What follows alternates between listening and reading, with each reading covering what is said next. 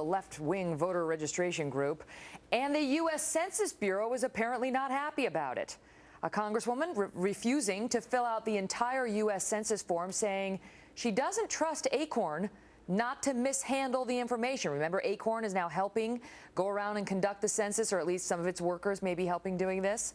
Well, the Census Bureau is now calling this congresswoman a lawbreaker. She's Representative Michelle Bachmann. She's a Republican from Minnesota, and she joins us now to explain. Congresswoman, good morning to you. Good morning, Megan. Well, we've been all over this ACORN story here at Fox, and we know about ACORN. Our viewers know about ACORN and its problems. I mean, a history of voter registration fraud with its workers indicted, workers pleading guilty in several states to doing it, and on the list goes. And now we learn that they're helping conduct the U.S. Census, or at least their workers are going to be out there helping conduct the U.S. Census. You said enough's enough. Well, tell us exactly where you drew the line. Well, I drew the line in terms of the information that I believe that the federal government has a right to be entitled to, that I think will be handled safely and carefully. There's three questions that I have. One is on the questions that are being asked of the American people. They're more and more personal, more and more invasive about our lives. And that's one thing, Megan, people feel like the federal government is getting too big and too involved in our lives. And when a person goes to the website and looks at the questions that are being asked, our age, our race, our ethnicity, our telephone number, for instance, right, and we're told that we are required to answer these questions. Now, here's the interesting information. If we fail to fill out all the questions to the government's request, they will come back and knock on our door and call us up to 6 times. If they don't get the information they want, then we're told by the Census Bureau they'll go to our neighbors on our left and on our right and ask our neighbors to give them information about our personal lives. This is very concerning. That's just on the questions. The second concern I have, Megan, is on privacy. How do we know that our information that's given to the government, personal information, will stay private? What guarantees do the American people have that hackers won't get into this system? We know that there were hackers that were able to get into the computer systems of some members of Congress. I think this is a legitimate question. And then finally, I'm very concerned about ACORN. Remember, it was the Obama White House that wanted to pull the census into the White House and conduct the census. Why is this important? The census is the motherlode of all data collection in the United States. And now ACORN, which in many places has served as the electioneering arm of the Democrat Party, now ACORN is being encouraged to become a national partner with the census. Many of the ACORN members, some of whom were indicted for voter fraud, will be considered potentially as enumerators to go door to door for data collection.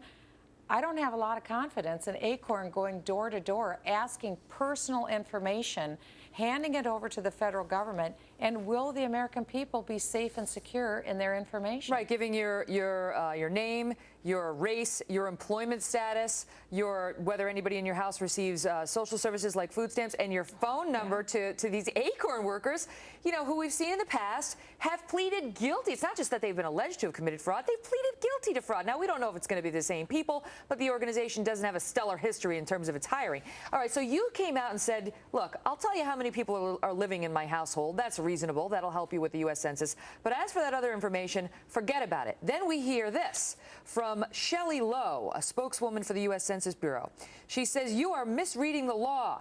And she says a portion of the U.S. Code says anyone over 18 who refuses to answer any of the questions on the census can be fined up to $5,000. So they are saying that if somebody who is connected with ACORN, now working for the U.S. Census, shows up at your door, knocks on it, and demands to know your race, your employment status, the name of everybody in your household, whether you've ever received food stamps, and your phone number, and everybody else's phone number, and you say, I'm not really comfortable giving that to you, you're going to get fined $5,000. Well, and take this into consideration. If we look at American history between 1942 and 1947, the data that was collected by the Census Bureau was handed over to the FBI and other organizations at the request of President Roosevelt. And that's how the Japanese were rounded up and put into the internment camps. I'm not saying that that's what the administration is planning to do, but I am saying that private personal information that was given to the Census Bureau in the 1940s was used against Americans to round them up in a violation of their constitutional rights. Yeah, but we've had a lot of good years since then. I mean, that was a different time and a different era. We've had decades since then when, at least to our knowledge, this information hasn't been abused. So how do you respond to those who say, look, we've been doing it for decades since then. The law is what the law is, and you as a lawmaker should know better than to break it?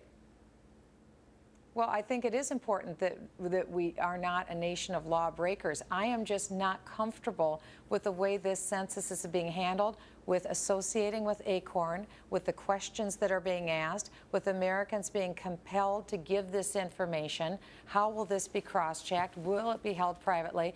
And Americans, I'm not encouraging Americans not to fill out the census. I'm saying for myself and for my family, our comfort level is we will comply with the Constitution, Article 1, Section 2. We will give the number of the people in our home, and that's where we're going to draw the line. But Congresswoman, let me just press you on this, because that's the Constitution says, okay, you got to give the number of people in your home.